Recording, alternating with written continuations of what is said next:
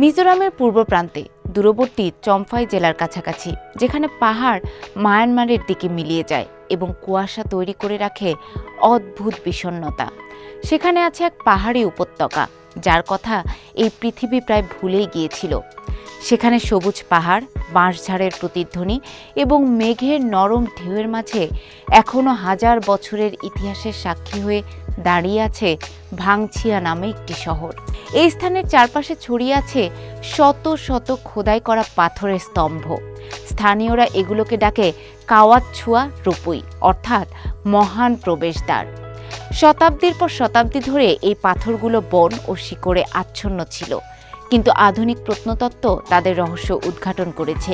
2011 সালে এএসআই অর্থাৎ archaeological survey of ইন্ডিয়ার একটি দল স্থানীয়দের মুখে এই পাথরগুলোর গল্প শুনে ভাংছিয়ার গভীরে প্রবেশ করে। তারা আবিষ্কার করে 45 বর্গ কিলোমিটার জুড়ে বিস্তৃত এক জটিল সভ্যতা, যেখানে মেনহির সিঁড়ি, সমাধি, জলাধার সবই রয়েছে।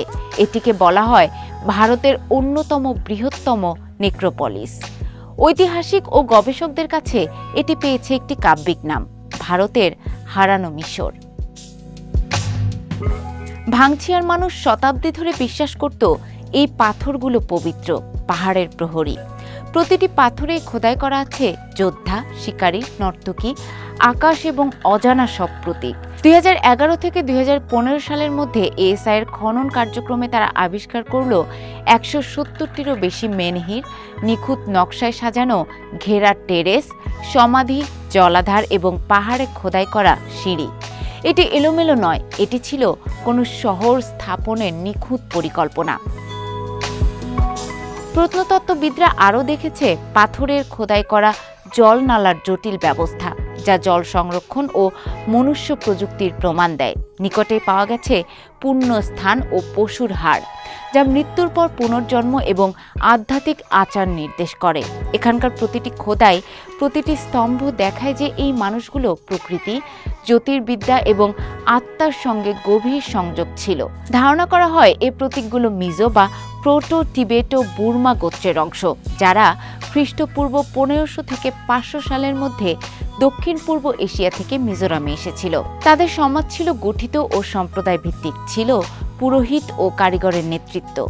তারা অত্যন্ত আধ্যাত্মিক, সূর্য, চাঁদ, নদী এবং পাহাড়কে দেবতা হিসেবে পুজো করত।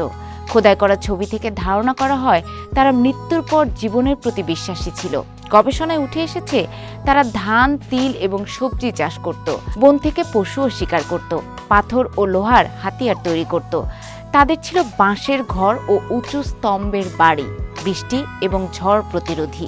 তাদের বিলুপ্তির ঘটনা বিজ্ঞানীরা এখনো নিশ্চিত হয়ে বলতে পারেনি। হয়তো ভূমিকম্পে পাহাড় ধস হয়েছিল, অথবা কোনো দুর্ভিক্ষ বা রোগ সবকিছু শেষ করে দিয়েছিল। কেউ কেউ আবার ধারণা করেন তারা ধীরে ধীরে নতুন গোত্রে মিশে গিয়েছিল।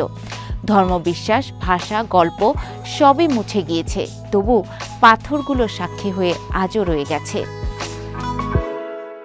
এই সভ্যতার নাম ভারতের হারানো মিশর দেওয়ার পেছনেও রয়েছে কিছু কারণ। যদিও এখানে মিশরীয় সভ্যতার সঙ্গে সরাসরি কোনো সংযোগ পাওয়া যায়নি, তবুও এই ভূসম্পদের সঙ্গে মিশরের সমৃদ্ধ পাথর শিল্প, কৃষি শাসন ও স্মৃতিস্তম্ভ তৈরির ঐতিহ্যের মিল রয়েছে।